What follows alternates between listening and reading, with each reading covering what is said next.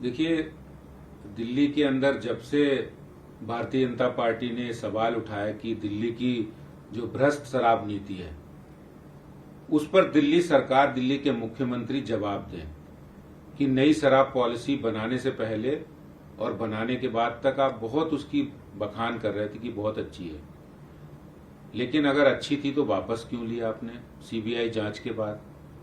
और जब भ्रष्टाचार से उपजे प्रश्न उठ रहे हैं, सामने आ रहे हैं और लगातार हम उन प्रश्नों का जवाब चाहते हैं, दिल्ली की जनता जवाब चाहती है, देश की जनता ये जवाब जानना चाहती है, उन प्रश्नों का जवाब नहीं देना पड़े इसके लिए वो तमाम मुद्दों को डाइवर्ट कर रहे हैं। वो कभी शिक्षा पर की बात करते हैं, कभी वो जाति की बात करते हैं, कभी वो जाकर महात्मा गांधी की बात करते हैं और कभी ये कहते हैं कि हमारे तो विधायकों को खरीदा जा रहा है। लेकिन मैं आज अरविंद केजरीवाल जी से पूछना चाहता हूं, अगर खरीदा जा रहा है तो कौन खरीद रहा है? नाम तो बताइए। किसने ऑफर दिया आपको आपके विधायकों को खरीद फरोख्त के लिए? लेकिन उनके पास नाम नहीं। नाम होंगे तो बताएंगे, सबूत होंगे तो बताएंगे। अरविंद केजरीवाल जी का पुराना इतिहास रहा है कि उन्होंने भारतीय जनता पार्टी के कई नेताओं के ऊपर आरोप लगाए और उसके बाद सुप्रीम कोर्ट, हाई कोर्ट में जाके माफी मांगी है। प्रत्यक्ष नितिन गडकरी जी इसके उदाहरण है। उनको माफी उनसे मांगी है, स्वर्गीय अरुण जेटली जी से माफी मांगी है। तो ये इनका इतिहास रहा है कि झूठ बोलो और मुद्दे को डाइवर्ट करो। लेकिन आज भी असली सवाल खड़ा है कि केजरीवाल जी ये बताइए कि शराब माफियाओं को आपने उनका कमीशन 2% से बढ़ा के 12% क्यों किया? आपने ब्लैक लिस्टेड कंपनियों को शराब के ठेके क्यों दिए? जबकि 25 अक्टूबर 2021 को एक्साइज डिपार्टमेंट ने शोकॉज नोटिस दिया, दिल्ली सरकार ने क्यों नहीं कार्रवाई की? शराब माफियाओं के फेवर में आके आपने 144 करोड़ माफ किए, 30 करोड़ वापस कर दिए, रिहायशी कॉलोनी में शराब के ठेके खोल दिए, युवा नशे की ओर, नशे की लत में आ गए, स्कूलों के पास खोल दिए।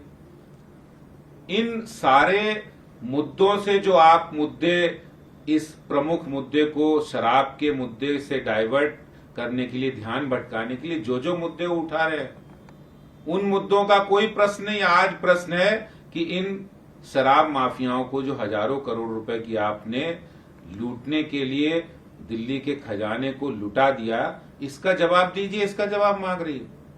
और आज एक उन्होंने नया ड्रामा किया है, महात्मा गांधी जी की, राष्ट्रपिता महात्मा गांधी जी की समाधि पर गए। क्या वो इस बात के हकदार हैं? क्या उन्हें पता है कि भारत की कानून आर्टिकल 47 जो महात्मा गांधी जी के कहने पर संविधान में डाला गया था और जिसको कहते हैं DPSP, directive principle of state policy, और इसमें साफ लिखा है कि प्रत्येक स्टेट को नशा मुक्त करना यह हमारा लक्ष्य होना चाहिए, नशा विरोधी पॉलिसी बनानी चाहिए। ये महात्मा गांधी का नाम ले रहे हैं, महात्मा गांधी जी की समाधि पर जा रहे हैं। इनको कोई हक नहीं। जो लोग, जो सरकार, जो अरविंद केजरीवाल, मनीष सिसोदिया गली मोहल्ले पे शराब के ठेके खोलते हों, जो लोगों को नशे की ओर धकेल रहे हों, जो स्कूलों और मंदिरों के पास शराब के ठेके खोल रहे हैं, वो आज राष्ट्रपिता महात्मा गांधी जी की समाधि पर जाकर शर्मसार कर रहे हैं उनके सिद्धांतों को। और जिस तरह से अरविंद केजरीवाल और उनके लोग वहां पर गए हैं, निश्चित रूप से राष्ट्रपिता महात्मा गांधी जी भी आज स्वर्ग में बैठे रो रहे होंगे कि जिस तरह से जो लोग हमारे ही बनाए नियम, हमारे बनाए सिद्धांतों की धज्जियां उड़ा रहे हैं, वो लोग आज हमारी समाधि पर जा रहे हैं। किस ताकत से जा रहे हैं? कि दिल्ली में आपने शराब मंत्री और शिक्षा मंत्री भाई बना दिए, कि दिल्ली में आपने नशे के नए ठेके खोल दिए, शराब के नए ठेके खोल दिए।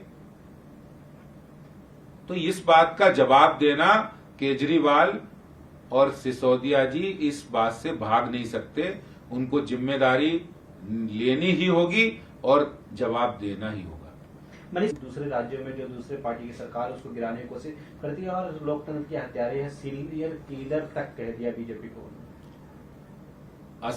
असली मुद्दे पे नहीं आ रहे।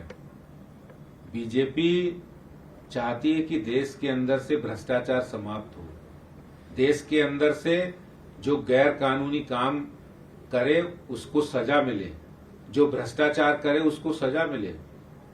प्रधानमंत्री नरेंद्र मोदी जी ने लाल किले से भाषण में कहा है कि जो भ्रष्टाचारी होंगे वो चाहे कितने भी ताकतवर होंगे वो बचेंगे नहीं। ये डर जो है सिसोदिया जी का कि जैसे जैसे खुल रही है इस शराब घोटाले की कड़ी, वैसे वैसे नजदीक आ रही है उनकी हथकड़ी, इसलिए उनको जो डर सता रहा है ये सिसोदिया जी का डर बोल रहा है और डर के कारण वो मुद्दों को भटका रहे हैं। मैं केजरीवाल और सिसोदिया जी दोनों से कहना चाहता हूं कि मुद्दों से मत भटकिए और असली जवाब दीजिए कि आपने शराब माफिया को मिलकर दिल्ली के खजाने को हजारों करोड़ लुटाने का काम, ये पाप क्यों किया है। नमस्कार, मैं हूं मानक गुप्ता। अगर आपको हमारा ये वीडियो पसंद आया हो तो इसे लाइक और शेयर जरूर करें और हां, हमें सब्सक्राइब और फॉलो करना ना भूलें ताकि आप देश और दुनिया की कोई खबर मिस ना करें। तो जुड़े रहिए हमारे साथ और देखते रहिए न्यूज़ 24।